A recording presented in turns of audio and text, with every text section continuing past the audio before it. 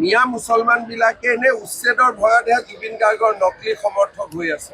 এই যে ভিতৰৰ ধৰ্ম সভাবিলাক হৈ আছে, ক'ৰবাত জুবিন গাৰ্গৰ ফটো ৰাখিছে নেকি? জুবিন গাৰ্গৰ ফটো আমিহে ৰাসত ৰাখিছোঁ, আমিহে দুৰ্গা পূজাত ৰাখিছোঁ। যেতিয়া 2 বছৰ পিছত তেওঁলোকে জুবিন গাৰ্গ পাহৰি যাব, কিন্তু অসমীয়া মানুহে জুবিন গাৰ্গক কেতিয়াও নাপাহৰে। জুবিন গাৰ্গ অসমীয়া ৰাইজৰ সম্পত্তি, অসমীয়া ৰাইজে জুবিন গাৰ্গক জীয়াই ৰাখে। মিয়া মুছলমানবিলাকে এনে উচ্ছেদৰ ভয়তহে জুবিন গাৰ্গৰ নকলি সমৰ্থক হৈ আছে।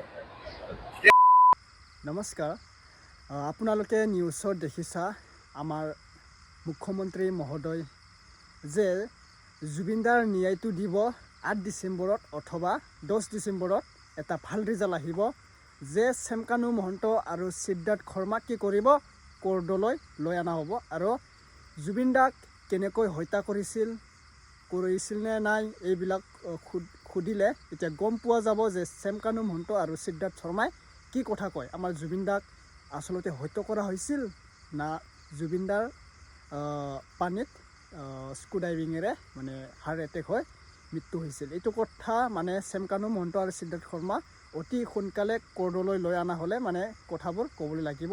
আমি ন্যায় পাব অতি সোনকালে, আমাৰ মুখ্যমন্ত্ৰী মহোদয়ে কৈ দিলে। মানে আপোনালোকে চাই ল'ব নিউজত কি ক'লে। আৰু এটা বেয়া খবৰ মুছলিম লোকৰ বাবে, আমাৰ মামাই এটা কথা কৈছে যে ৰাজ পূজাত, দুৰ্গা পূজাত আমাৰ হিন্দু সমাজৰ সকলোৱে জুবিনদাৰ বাবে ফটো লৈ প্ৰাৰ্থনা কৰিছে বা শ্ৰদ্ধাঞ্জলি জনাইছে, কিন্তু মুছলিম লোকসকলে যে কিবা এটা ভিতৰীয়া জেগাত কিবা এটা সভা পাতিলে বা কিবা এটা ফাংচন হ'লে কিবা জুবিনদাৰ ফটো লগোৱা দেখা পাইছে নেকি? নাই, দেখা পোৱা নাই। এনেকুৱা এটা ক'লে আমাৰ মুখ্যমন্ত্ৰী মহোদয়ে। চাই লোৱা নিউজত, এইটো মই কোৱা কথা নহয়, আমাৰ মুখ্যমন্ত্ৰী মহোদয় ডক্টৰ হিমন্ত বিশ্ব শৰ্মা ডাঙৰীয়াই এই কথাটো ক'লে। চাই ল'ব। পোনপ্ৰথমে মোৰ চেনেলত স্বাগতম জনালোঁ। যদি চেনেলত নতুনবাৰ আহিছে ছাবস্ক্ৰাইব কৰি ল'ব আৰু এই ভিডিঅ'টো শ্বেয়াৰ কৰি দিব, এটা কমেণ্ট লিখি দিব আৰু জয় জুবিনদা বুলি এটা কমেণ্ট লিখি দিব। তেনেহ'লে চোৱা ভিডিঅ'টো আমাৰ মহোদয়ে, মুখ্যমন্ত্ৰী মহোদয়ে কি কথা ক'লে। এনেকুৱা নহয় বা হিন্দু মুছলিম লৈ একো পাৰ্থক্য নহয়, কিন্তু আমাৰ মহোদয়ে কৈছে যদি আৰু কি কথা ক'ম বাৰু ন, আপোনালোকে চাই ল'ব। ঠিক আছে।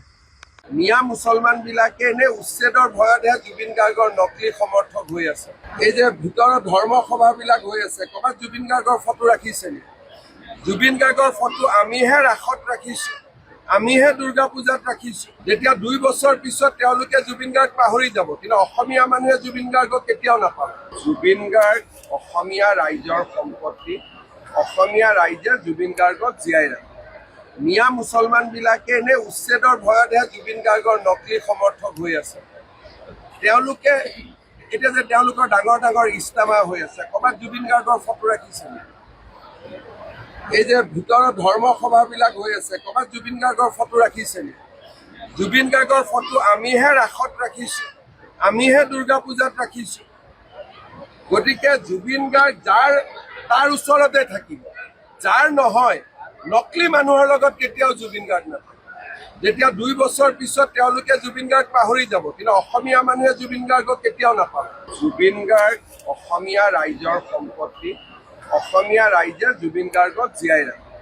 মিয়া মুছলমানবিলাকে এনে উচ্ছেদৰ ভয়তহে জুবিন গাৰ্গৰ নকলি সমৰ্থক হৈ আছে। তেওঁলোকে এতিয়া যে তেওঁলোকৰ ডাঙৰ ডাঙৰ ইস্তামা হৈ আছে, ক'ৰবাত জুবিন গাৰ্গৰ ফটো ৰাখিছে নেকি? এই যে ভিতৰৰ ধৰ্ম সভাবিলাক হৈ আছে, ক'ৰবাত জুবিন গাৰ্গৰ ফটো ৰাখিছে নেকি? জুবিন গাৰ্গৰ ফটো আমিহে ৰাসত ৰাখিছোঁ, আমিহে দুৰ্গা পূজাত ৰাখিছোঁ। গতিকে জুবিন গাৰ্গ তাৰ ওচৰতে থাকিব, যাৰ নহয় নকলি মানুহৰ লগত কেতিয়াও জুবিন গাৰ্গ নাথাকে। যেতিয়া 2 বছৰ পিছত তেওঁলোকে জুবিন গাৰ্গ পাহৰি যাব, কিন্তু অসমীয়া মানুহে জুবিন গাৰ্গক কেতিয়াও নাপাহৰে। জুবিন গাৰ্গ অসমীয়া ৰাইজৰ সম্পত্তি, অসমীয়া ৰাইজে জুবিন গাৰ্গক জীয়াই ৰাখে। মিয়া মুছলমানবিলাকে এনে উচ্ছেদৰ ভয়তহে জুবিন গাৰ্গৰ নকলি সমৰ্থক হৈ আছে। তেওঁলোকে এতিয়া যে তেওঁলোকৰ ডাঙৰ ডাঙৰ ইস্তামা হৈ আছে, ক'ৰবাত জুবিন গাৰ্গৰ ফটো ৰাখিছে নেকি? এই যে ভিতৰৰ ধৰ্ম সভাবিলাক হৈ আছে, ক'ৰবাত জুবিন গাৰ্গৰ ফটো ৰাখিছে নেকি? জুবিন গাৰ্গৰ ফটো আমিহে ৰাসত ৰাখিছোঁ, আমিহে দুৰ্গা পূজাত ৰাখিছোঁ।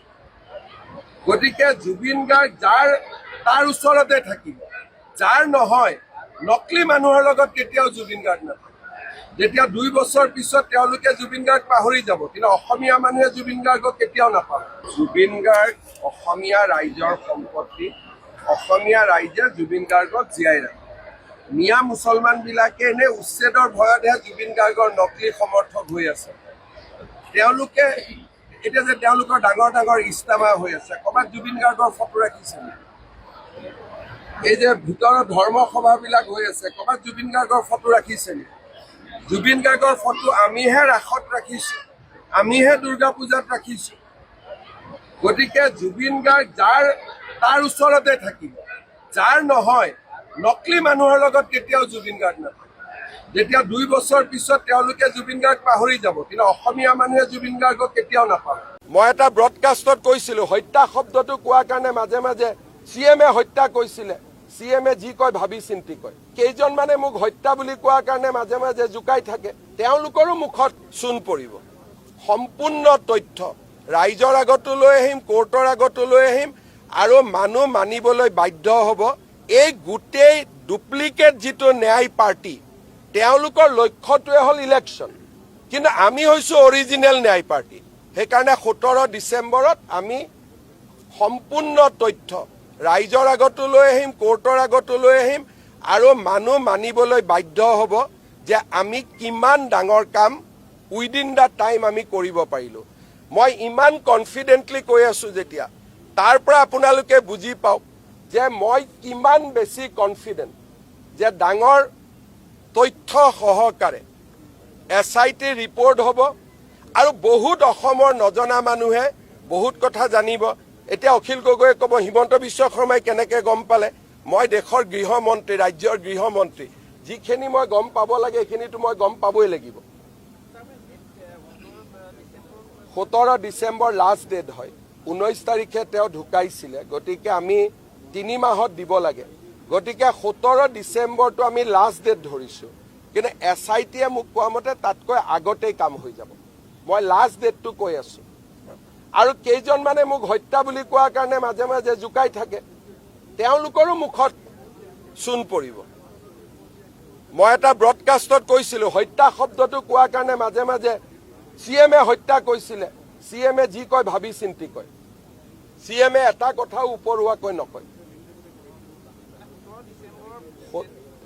লাষ্ট ডেট লক্ষ্মণ ৰেখা, তাৰ আগতে হ'ব। গতিকে 17 ডিচেম্বৰৰ আগত হ'ব, কিন্তু লাষ্ট ডেটটো হ'ল 17 ডিচেম্বৰ।